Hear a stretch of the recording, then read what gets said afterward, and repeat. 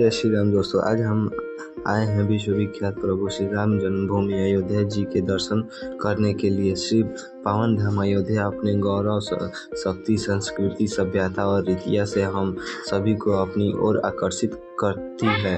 अयोध्या में जो नगरी है, रामायण काल से ही संस्कृति और अहम हिस्सा रही है। आपको प्रभु श्री राम जन्मभूमि अयोध्या दर्शन और यात्रा की संपूर्ण जानकारी इस वीडियो में मिलेगी, जैसे कि अयोध्या कैसे आना है, कौन सी बेस्ट होटल है एवं धर्मशाला में रुकना है, यहाँ पर खाने पीने की क्या व्यवस्था है और अयोध्या में एक दिन में कौन कौन सी प्रमुख मंदिरों में के दर्शन कर सकते हैं, साथ ही दर्शन के कुल खर्चा कितना आएगा। ऐसी कंप्लीट इन्फॉर्मेशन इस वीडियो में मिलेगी, तो वीडियो को पूरा जरूर देखना। चलिए आज मेरे साथ घूमिए श्री पावन धाम अयोध्या नगरी में। और दोस्तों कमेंट बॉक्स में जय श्री राम जरूर लिख दीजिए। अयोध्या जी माँ सरयू नदी के तट पर बसी हुई है।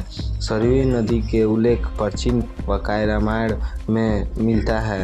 यह इतनी पवित्र मानी जाती है कि मानो कि पवित्र नदी नहान करने से अनजाने में जो पाप धुल जाते हैं।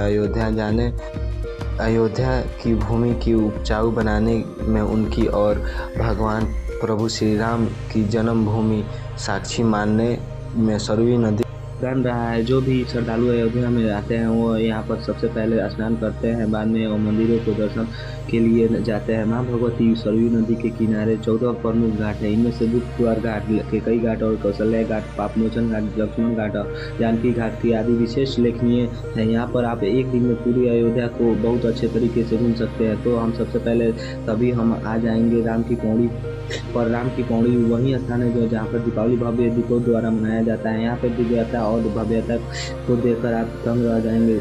राम की पौड़ी की बहुत खूबसूरती से बनाया गया है और बसाया गया है। पास में ही एक बहुत सी प्यारा ही गार्डन बनाया गया है, जहाँ पर आप आराम से बैठकर कुछ पल की सुकून की व्यतीत हो सकते हैं। यहाँ पर घूमने की आपको बहुत ज़्यादा शांति मिलेगी, तो आप यहाँ से पर कुछ समय जरूर बिताएं।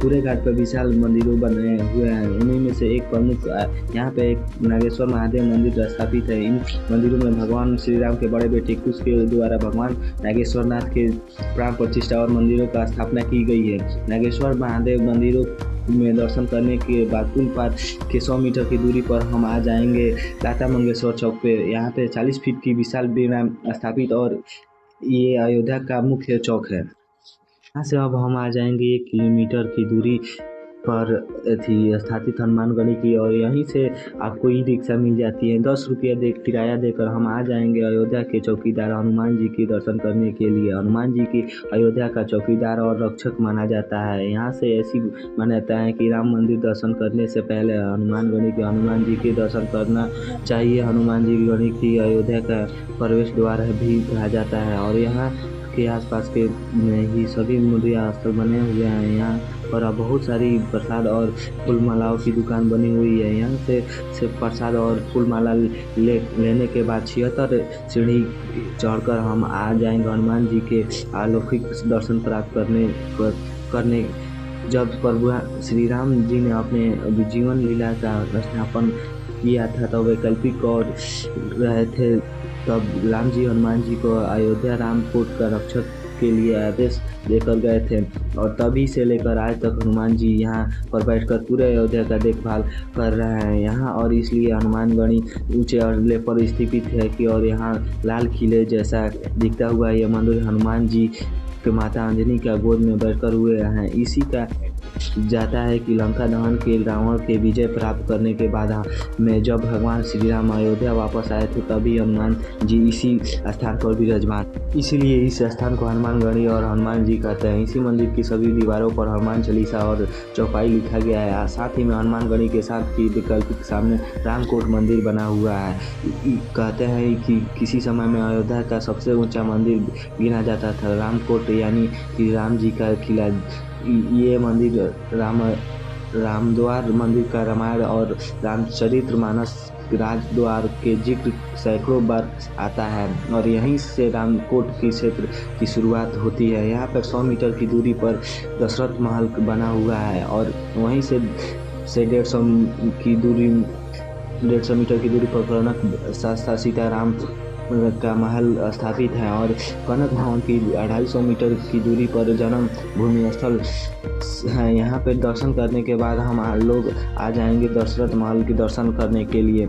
जब हम आप श्री राम जन्मभूमि के दर्शन करने के जाएंगे तो आधे रास्ते में ही हनुमानगढ़ी की 200 मीटर की दूरी पर दशरथ महल की बना हुआ है। हनुमानगढ़ी ही जो रास्ता आपको सामने और नज़र आ रही होगा, बस इसी रास्ते में आपको सामने की दशरथ महल की मुड़िया द्वार दिखेगा। महल के अंदर प्रवेश करने के बाद हम यहाँ पे आपको यहाँ पर भव्य महल बना हुआ दिखेगा। यहाँ इसी मान्यता है कि राजा दशरथ ने इस महल को स्थापन त्रेता युग में किए थे। महल के अंदर बहुत ही प्यारा सा मंदिर बना हुआ है। यहाँ पर प्रभु श्री राम सहित पूरा परिवार विद्यमान है। यहाँ पर पिता दशरथ के साथ ही चारों भाई का, तीनों माता का सहित राम जी का पूरा परिवार के साथ दर्शन होते हैं और इसी मंदिर में के शैली में आपको बहुत ही ज़्यादा मनभाविक भवन लगेगी। यह महल सुंदर चित्रों को लाकर साथ ही में सजाया गया है। दशरथ महल की ही प्रभु श्री राम ने अपना बचपन बिताया था। इसी महल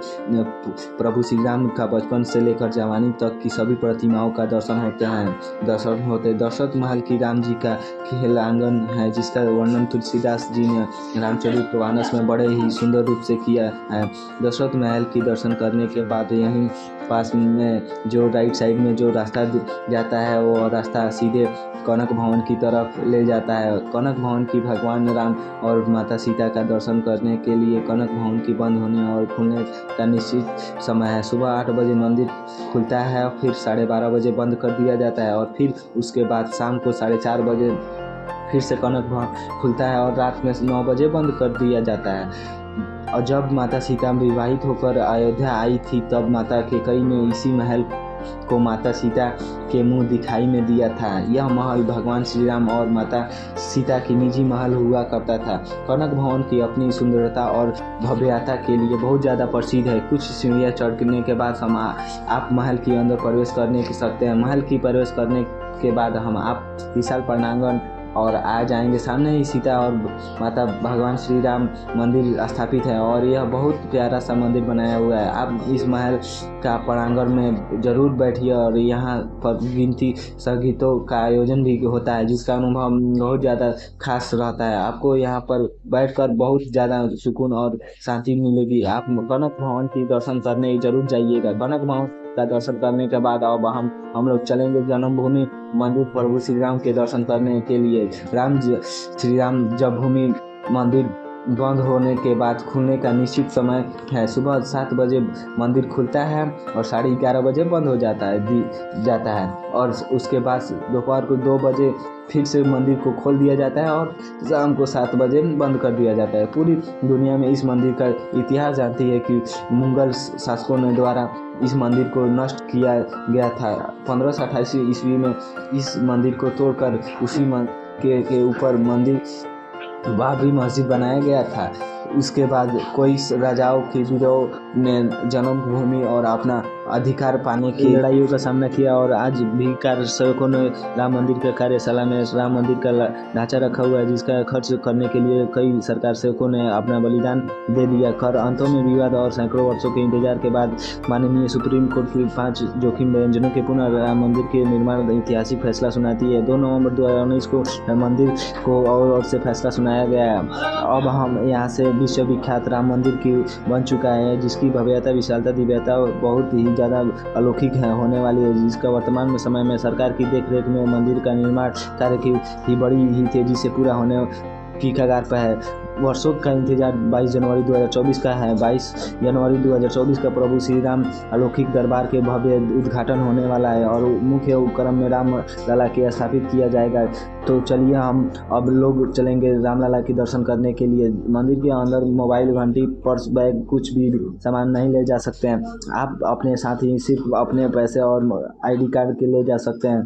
तो इसीलिए यहाँ पर सामने रख के लोगों को फैसिलिटी भी दी जाएगी और यहाँ पर अपने फ्री में सामान जमा कर सकते हैं। सारा सामान जमा करने के बाद में लाइन में लगकर हम लोग मंदिर परिसर में प्रवेश करेंगे और राम लला की दर्शन करेंगे। अभी तो आप दूर से ही बन रहा है, राम मंदिर को देख सकते हैं। मंदिर का निर्माण कार्य लगभग पूरा हो चुका है और पूरी अयोध्या की नगरी का सुंदरीकरण किया जा रहा है। आने वाले समय में अयोध्या की नगरी स्वर्ग जैसा दिखी जाएगी। यहाँ पे बहुत सारे जोरों शोरों से विकास कार्य हो रहे हैं और एकदम तरीके से अयोध्या नगरी को बसाया जा रहा है। दोस्तों, अब हम लोग जान लेते हैं अयोध्या पहुँचे कैसे। तक आने में लिए सभी बेस्ट कन्वीनियंट रहता है। ट्रेन की अयोध्या में 2 रेलवे स्टेशन बने हुए हैं, पहला अयोध्या जंक्शन और दूसरा अयोध्या कैंट। इसके प्रमुख स्टेशन से आपको यहाँ से डायरेक्ट ट्रेन मिल जाएगी। अयोध्या जंक्शन श्री राम जन्मभूमि के मंदिरों की दूरी लगभग 1 किलोमीटर है। वहीं से राम मंदिर पौड़ी की सरयू घाट की दूरी लगभग 3 किलोमीटर है। आपको ई-रिक्शा से माध्यम से 20 रुपया देकर किराया देकर आराम से पहुँच जाएंगे। वहीं अयोध्या रेलवे स्टेशन में से राम मंदिर पैड़ी की दूरी लगभग 11 किलोमीटर। आप ई-रिक्शा से माध्यम से 50 रुपया देकर सरयू घाट तक आ सकते हैं। वहीं आप अगर फ्लाइट के माध्यम से अयोध्या आने चाहते हैं तो अयोध्या के भव्य इंटरनेशनल हवाई अड्डा बन चुका है और यहाँ राम मंदिर के उद्घाटन से पहले अयोध्या से आने वाली भक्तों के लिए 1 जनवरी 2024 को शुरुआत में दिल्ली, मुंबई, बेंगलोर और हैदराबाद से सीधे अयोध्या तक हवाई यात्रा की सुविधा मिल जाएगी। तो आप आराम से भी फ्लाइट के माध्यम से अयोध्या आ सकते हैं।